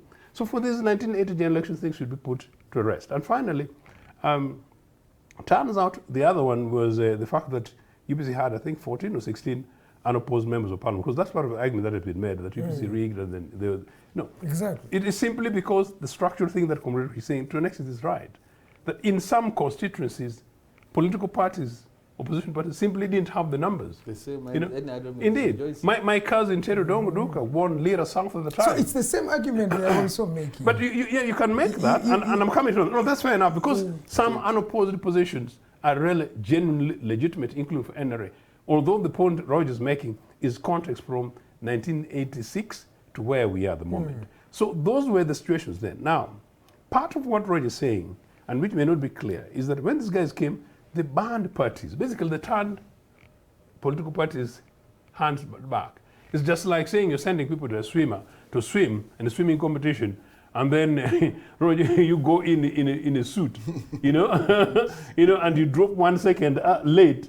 But the other, you want to do, should remove my glasses or remove my shoes? You know, maybe go in gumboots, and the other guy is going in a swimming suit. So who's going to win? 20 years, political parties were banned. For 20 years, political parties were demonized. For 20 years, the North and East were under war of terror, deliberately started by NRA, and that's for the record. For 20 years, these guys were pushing this monolithic movement political system. For 20 years, leaders of mainstream political parties, UPC then, and then later DP, were not only demonized. UPC leaders were either killed, targeted, exiled, or impoverished. DP leaders like the Bukenyas and others absorbed into NRA. That is the context. So that by the time multipartyism came in, opposition parties were generally very weak, politically, economically, socially, and including terms, of course, including resources. And then finally, I think what Roger said, when pluralism came, NRA did something that our lawyers still need to do. Instead of these guys going back to UPM, the Museveni's party, they decided to continue. Museveni said, let them go. For us, we remain in the movement. Meaning, many, particularly these LC1 chairpersons, people who genuinely had settled to the idea that, well, we're in a monolithic movement political system. People remained in the movement. So by default, which narrative they both called Tubejeko by Museveni? Yes, sort of that's right. That's right. So NRA has and had huge advantage. And so some people psychologically, even today, they're NRA, but they cannot explain the man. Anyone would say it's been 20 years. Haven't we healed from that hangover? 20 years of multi-party That would have been politics? an argument, but you can see the foundation. The foundation of 1986, the foundation of 2006 is not the foundation of 1980, if you get my point. In 1980, we were starting at par, all of us. You see what I'm saying? And for 4 years, while we had a democracy and DP was there, these guys were busy fighting in the bush, and there was BBC, there's Western imperialism, there are others, there's the tiny Rolands with their dubious money, there's the William Parks and all this kind of stuff. So it's not the same kind of stuff. Okay. However, where you also right is that, well, by now, we as opposition political parties ought to have done slightly more and better. But guess what? We had been infiltrated as well as exiled. For me, I know that as head of the External Bureau 30 years ago, some of the biggest infiltrators are today big guys in NRA as spies. So NRA monetized this strategy in a very early way. And Otafire, in a conference in which I exposed him actually in London, was then head of, I think, external security, and he had come in some conference in the name of Pan-Africanism. And so he said that, these people, we buy them, we kneel for them. And of course, Otafire can be as dramatic as Museveni. He was actually demonstrating how they kneel for them at a certain university in London. So basically, using money, Comrade Awich, these guys started very early. And then, you know what? Actually, at President's office, in parliamentary buildings, after I had received my third torture, and I was being interrogated, NRA guys, and they know themselves, senior officers in NRA, one of them asked me, you young Makererians, what do you want? One asked me, do you want a job, do you want money, or do you want a house? Those three things they asked me. And I said all of them no. And the manner in which I said all of them no, then another one was actually very said, they said, that we are proud or arrogant or something like that in terms of response. Okay. So it's a culture that has been, these guys came from 1986 when we said the fundamental change.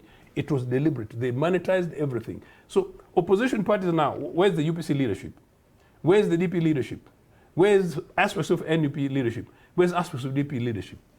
And unfortunately, all this, they're using your money, they're using national infrastructure to basically kill and break political position. Let me bring it to him. As you make your response to what he has said, President Museveni has been on record to say that there will not be any opposition by 2026. As we are gearing up for 2026, it looks like there is no opposition. He was on record not to have supported the multi-party dispensation. So isn't it actually a fact that these gentlemen are raising, that you are the biggest causers of the political problems we have in this country? Museveni saying going to be no opposition. I've noted it, I will answer and conclusively. But let me drag out comments which had been made earlier. One, Roger said his father was rigging for his friends. I think my emphasis maybe could have been, and my great guarding is Museveni rigging national elections, at least at a presidential level. And that is where my biggest defense is. Why am I not seriously defending the parliamentary? Because they're so multiple that to me following it becomes difficult. So if Rogers is indeed saying his father was rigging for his friends, he was rigging for LC3, for LC what, for LP, that will always defend his chairman. That is his business. The fact that it was done by an NRM. But rigging other levels, not the Museveni level. The Museveni level is what I'm saying in Agago, in a village under a mountain, 40 kilometers, even from a Maram road. There's a polling station where 100 people have voted in that bush fought away from a Maram road, we still declare that for Bobby Wine. Where is the rigging? Now, if his father was rigging for friends, whether LC3 chairman or LC5 or MP, that's another thing. The other thing I wanted to raise is the matter of electoral college. Electoral college, we definitely win. Why? Because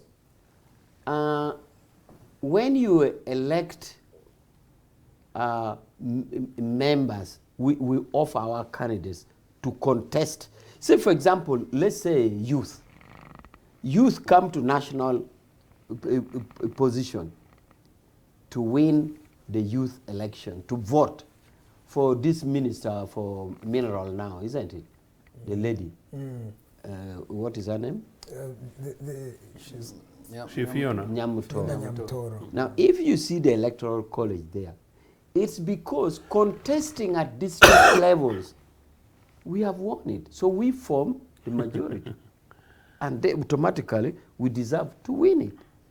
So we don't win by rigging, but we win because we win even right from the village, the national electoral structures. But it was the same case as UPC in 1980. They were winning. Well, that is my comment on that. Now, on NRM being stronger, I was sitting here and amazed as the debate changed, because it looks like the debate has changed to why has NRM managed to be stronger? That is now the debate. Now, for you to take that line of debate, it's first confessing and conceding that NRM is stronger. Now the question is how, why, and why. So Mia was sitting and relaxing and enjoying debate, because the debate first now shows conceding that indeed it is stronger. Now, if we are going to debate why it is stronger, there are multiplicities. First of all, we have had our flagship program, PDM, which we put it in our manifesto. And every party had a right to put in the manifesto. The people bought our manifesto, voted, and we implemented. It is giving us winning. Two, we have been talking to people, including me. In a week, I talked to about 5 TVs. We have been talking. Therefore, look no further about why NRM is strong. If you're as strong as you claim, why do you have to disadvantage your opponent in order for you to win? That is now the why do you debate. Have to torture, that is why now do you the have to arrest, why that do you is have now to the beat? debate as to why NRM is stronger. Is that strength? They are propositions. But is that strength? No, it is not. Those are prepositions. So I was saying that NRM is stronger for known reasons. Service delivery in terms of the flagship program. Our explanations, I told you in 7 days a week I'm on 5 TVs, we have explained. To the extent that even Radio 1 Spectrum that have lately been appearing, do you know now I hear people who ring and thank. 2 years ago or 1 year ago, nobody would hear us talking and ring. I'm sure even if you look at your thing. So it is a multiplicity. I want to address how you are winning, because the fact is not how you I said service delivery. I've said our explanation. But when when Eddie Mutwe is being tortured and tried arbitrarily, when people are being murdered, when they try to protest or something, how strong are you really? Is that strength? Edgar, you are the one who was actually telling him that we are strong. Now you are asking me how strong we are. Yeah, because it you is can, you who can was be strong when you're fighting someone whose hands are tied, who has a blindfold on their face, and you punch them. In your mind, you can think you're strong. But how legitimately strong are you? I am saying it is the very you who was telling Rogers that going by the village structure elections, going by the picking of nominations, you were telling Rogers that NRM is strong. Now it is you asking me whether you are strong. Now in that case, if you accept that we are strong, your question should therefore be, amidst your strength, why are you still doing this? First concede that we are strong. Amidst your strength, why are you still doing this? Now, why this is happening, it's difficult for me to gauge, because it is always perceived that it is the state intelligence who pick threats and make them act the way they are acting, including arrest. So I wouldn't go into the domain of intelligence of whether, say in Kawempe, whether they had picked intelligence threats of terrorists disorganizing, that they were so keen on their restraint. So I don't, that is the domain of the state. But I had already earlier on said, if some state actor is fearing that we may lose, I had told you earlier that my call to them is, leave it to us in the body politic. We are doing our job. Okay. Yes. Thank you. Now, finally, I have not answered your question. Your question is, Museveni going to be saying there's going to be no opposition. Indeed, the president made this pronouncement. And the pronouncement was just in the scientific term that given the 5 years, we are going to perform to the extent that everybody will be with us. And we have performed, and the result is clear. Thank you, thank you. Honorable. Do you mind just a quick one, actually? It's a point I left behind, but I think it's important. You know this thing about NRM people lining up? Is because the extent of monetization has gone so deep, and I didn't want to lose this point. But now in many areas, partly because of what Rogers was saying, you need to have huge amount of money. Now, whereas wealth has gone into the hands of a particular grouping of people without prejudice, some areas, particular region, but is now so much confined in the hands of NRA that people who want to aspire, just like some of the young people, in order for people to go, there's a case I think of some young former University Guild student crossing to NRM somewhere in West Nile, and you would go to it simply because they want to stand on NRM. Why? Somebody would rather put their 3 million, get the favor of NRA, they get to quote the flag, and they know they get guaranteed for support by NRM as a political party. Or guaranteed the position. Something along those lines. They will be backed by money and all the other structures, meaning state coercive forces to basically deliver them. It's sort of seemingly more about them, because I know many people, including somebody who was asking me the other day that maybe, in fact, I say it for the record, that maybe a standing in a Gongera municipality on an independent ticket. So what does it have to do with lining up? No, because some of the people who are coming there, to be fair, a good proportion of them are coming to you because that is where the access to parliament is, and access to money. Yes, but not necessarily because they love your political organization. No, but I want to clear this.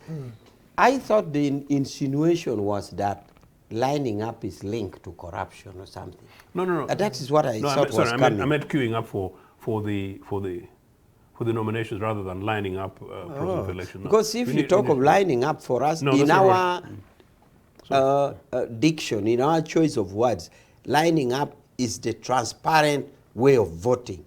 So in future, when you're talking of lining up to an NRM card, I also thought it was these elections. Yes, that's why I was wondering. Lining up. That's why I was wondering. Picking nomination forms. Because I was seeing everybody. For my language, people are picking nomination forms. The popularity, the demand of the party, the love for the party is so high.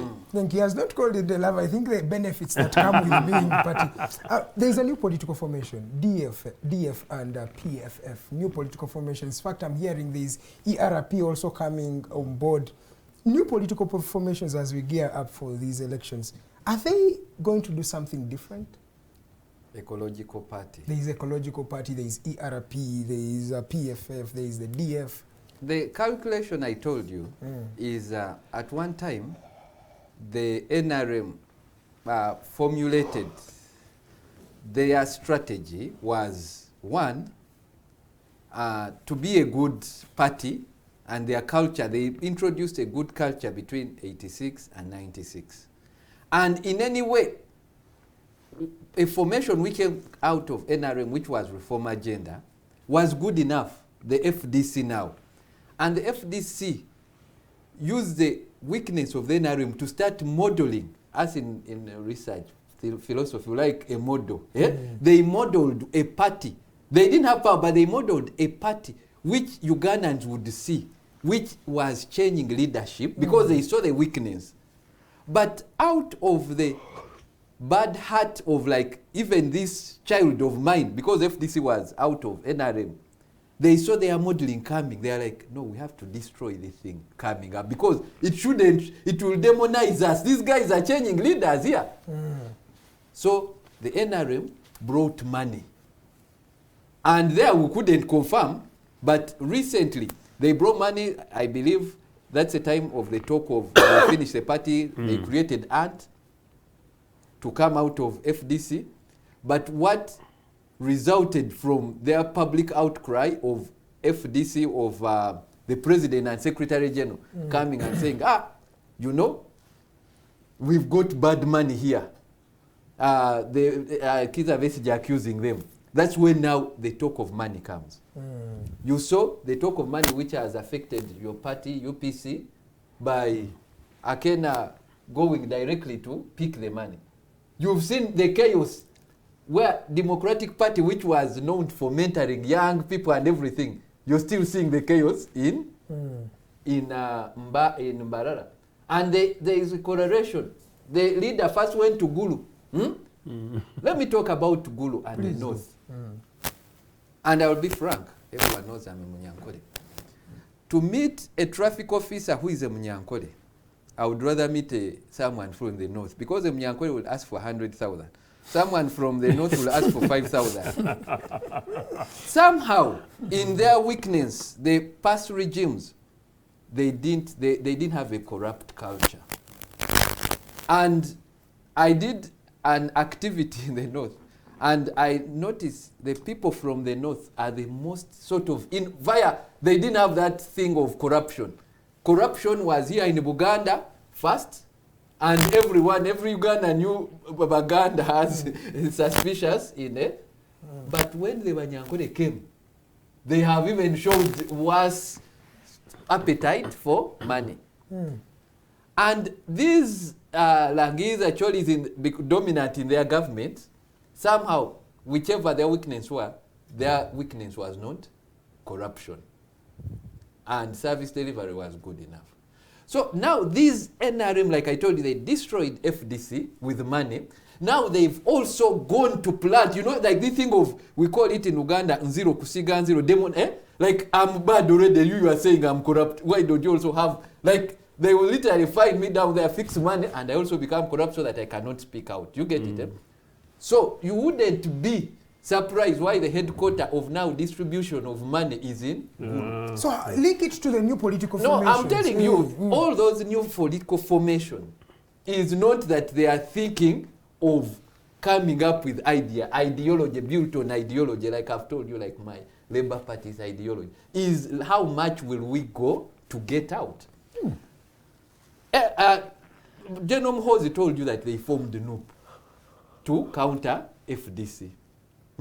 Now NUP also escaped. What do you expect him to say really? No, NUP, it was a formation because he told you that FDC was a more credible organization. But that's what I'm showing you, having a bad heart, that this thing of like, let's lose it all. Let's lose Uganda than someone. To what extent do these opposition own their mistakes? This exodus, for example, the case of DF, it came from, one would say, the bad politics or the mismanagement, or... That's the vice I'm trying to... Let me finish the cycle of the vice. Please do. From NUP, when NUP started, after they sponsored it, but also they got the foundation, because they know the core character, now they have their foundation. Then they infiltrate NUP with 500 million, the one which made Mpuga leave. That is money also, which disorganized. The DF, Democratic Front, has been founded on a bad spirit of 500 million. You get it? Definitely. This one of Eco Party of Nsereko, what do you think they want? Money, state money. Then you've seen all these formations. PFF. Now you see, even the worst is the bill which they've created, that we have to agree to give you resources, and they are, this movement, NRM, they got these funds from Libya, elsewhere. They didn't get this money from Uganda. But they are bad heart. They don't want us, other political parties, to organize outside. Because the political parties are not supposed to receive money from government, really, because these are institutions that can make means that can bring exactly, it should be even more independent from government. Then they mobilize outside. But now they've curtailed outside mobilization towards elections. They even send out their spies to find out. Right now they monitor any money coming in dollars from outside. Now, how you've crippled the whole system. Yeah? So they are responsible. They are bad-hearted. I've told you, if you see their bad hearts of the nation, like to kill the nation, to me it's worse than UPC, because if UPC could see them try to formulate and they allow them to form, their bad hearts cannot let any other Ugandan organizations thrive.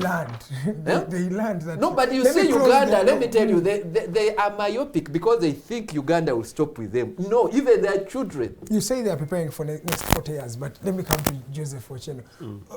To what extent are these political formations really forming the leadership of this country?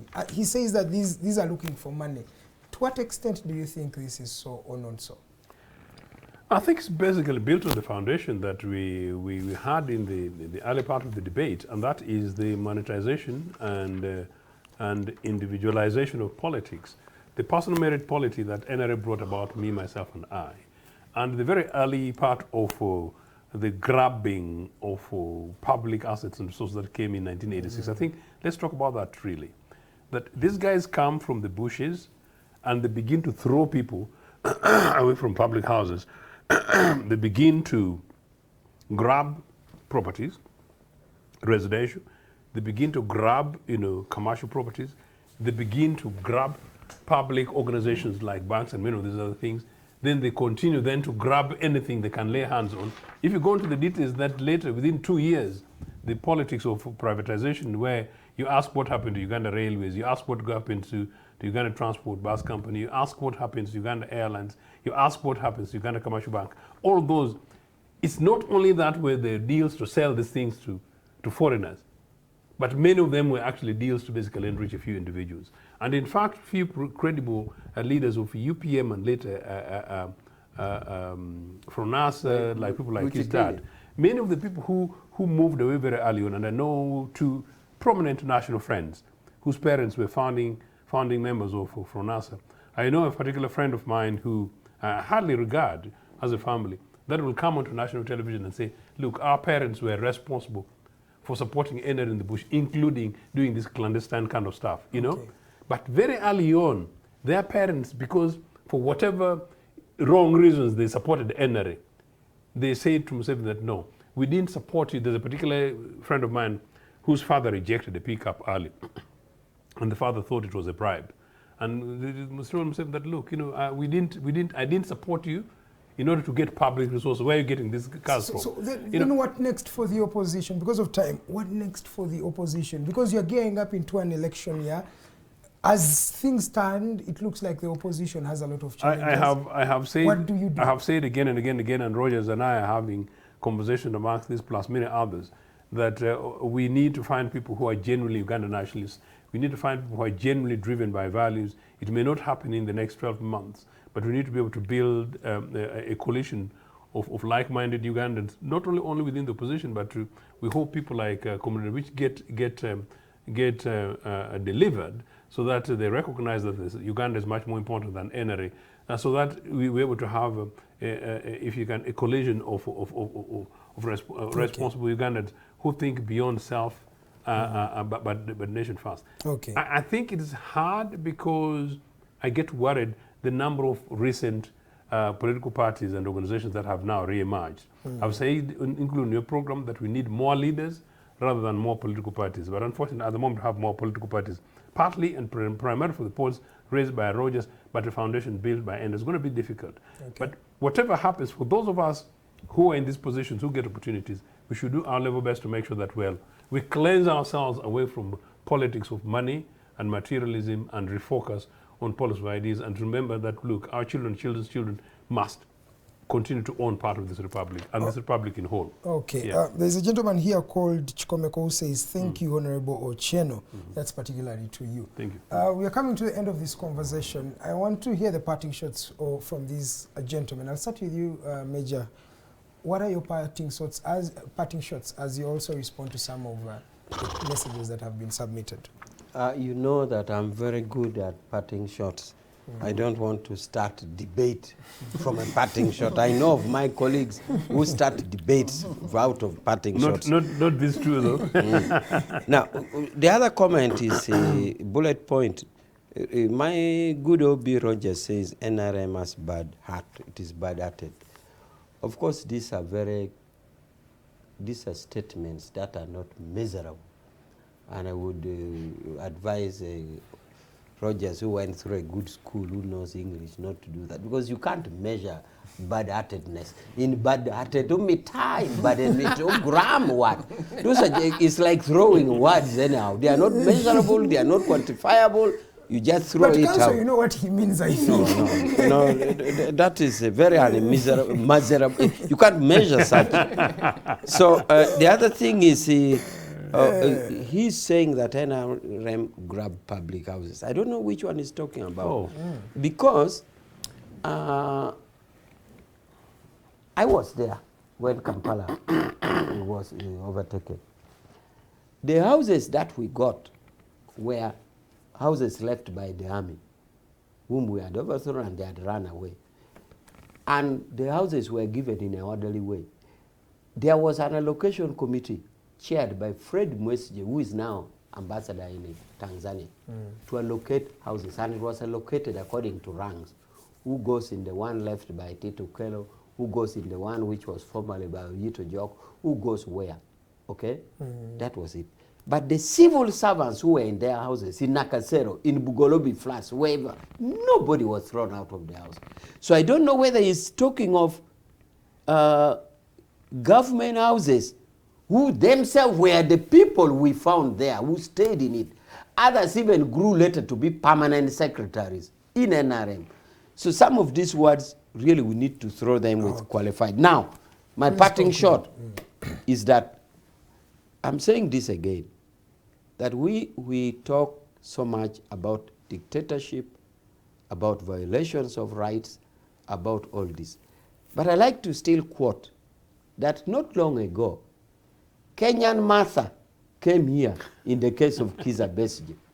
She wanted to participate as a lawyer here. There was a bit of haggle to give her a practicing certificate, but she got it, and she represented Kizza Besigye. She went to Tanzania. Tanzanian put her at the airport. In Kiswahili said, simama hapa, Rudy, stand here, get back to the plane. Our own Agatha, who had opened parliament to its core, it was her right democracy. She went to Tanzania. So colleagues, when you think that Uganda, we are worse off, it's like wrestling. They said when you watch it, don't try it at home. Watch it and keep it there. So we are by far democratic and respecting human rights. Try it in any other country. You'll be told, instead of giving you a practicing certificate to go to court martial, you are put at the airport and said, Wuku. Don't even give it a seat. So are we that bad? Thank you. Mr. Baruga, your parting shots. Yeah, in a relationship to that, what my senior member is saying. Yeah, and I like, one time President Museveni made the joke that he's the best dictator in Africa because of election and everything. Yeah, we should, which my senior should appreciate what seemingly peace which we have. But definitely for us as experts of conflict, what we see coming, we also have to tell the nation it is a possibility. From the debate we say those are indicators of people celebrating people's death. I would want to tell the members of the NRM that the laws they are making, I like what Major retired say that we don't need JAT.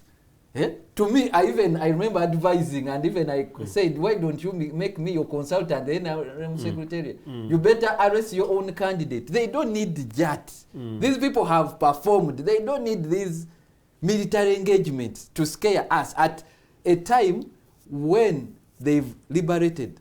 They say they've liberated the nation. To me, I see what is at stake with the NRM leaders is the legacy. Actually, when I came, I'm at pain trying to protect this legacy, because for me, I call them, and he knows rightly, they are my fathers. I want to protect their legacy because I would feel proud to be a son of a decorated general, like why I studied my doctorate in South Africa. Everyone associated with the ANC is proud. Thank you. But legacy, look at your legacy. Do laws which will protect your legacy. Professor, Don't be selfish. because of time, I'm going to stop you there. Honorable Joseph Ochieno, in a minute, your parting shot. Yeah, I think it would be very dangerous for Ugandans to celebrate simply because something has happened worse in Kenya. And to compare us with Tanzania simply because our people went ahead and got brutalized in Tanzania, something that I denounced much earlier, although CCM, our sister parties before NRA even was born, is an error. Just like sometimes once in a while people claim that, oh, you don't do this in Rwanda. I think that must be rejected. No, this is Uganda, this is my country. Our standards must be Ugandan standards, must be international standards. And before NRA came, we had a standard and it worked and it functioned. So I think that we need basically a reawakening. We need to have a sense of humility and take a sense of responsibility and say that no, whatever happens after 40 years of NRA, there are certain areas where, whether they like it or not, they bungled crudely. But just a last point, I know 30 seconds, this thing about allocation of resources, I know. It's on record that NRA chased people, particularly untargeted people, both public servants, and it's a fact, that is on record, including Bugorobe Flats. By the way, a renowned professor, Emunyankole without prejudice, I'm saying, has said in a plano like this, where he himself was coming from Dar es Salaam as I think has just done his PhD, and he saw in Bugorobe Flats properties being dropped down from somebody from the north, and an NRA people taking over. And that is in 1986, 87. It was not for my word. I just don't want to go into the details publicly. These things happen. We need to heal, acknowledge, find a way, and like Roger said, what is it that we do to make sure that there are no repeats? Thank you so much. This is the Hotline Show. We've come to the end of this conversation. I was privileged to be joined by Professor Rogers Barugayomwe, a professor of politics and law, but also the chairperson of Labour Party in Uganda. I also had Honorable retired Major Pollar Awich, Director External Affairs at the National Resistance Movement, and of course a UPC President, that is Joseph Ochieno. Thank you so much for tuning in. I will see you again tomorrow morning. We shall have Council Aaron Kiza on set at exactly 8 a.m. So please don't miss that conversation. Tomorrow morning at exactly 8 a.m. Council Aaron Kiza will be here with us. From the entire team, God bless you and good evening, Uganda.